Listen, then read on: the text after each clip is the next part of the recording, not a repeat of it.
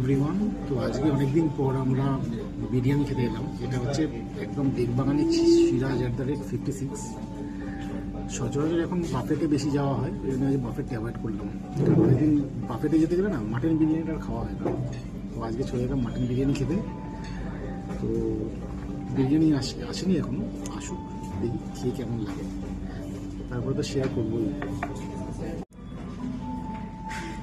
তো বিরিয়ানিতে চলে এসছে আর বিরিয়ানি খাচ্ছি এখন। তো মাটনের পিসটা ঠিক আছে।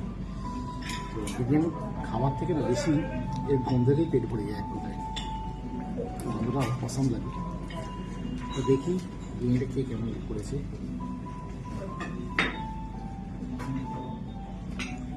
ভালো করেছে, ভালো। চোখের টাকা পরে আবার দেখা হবে।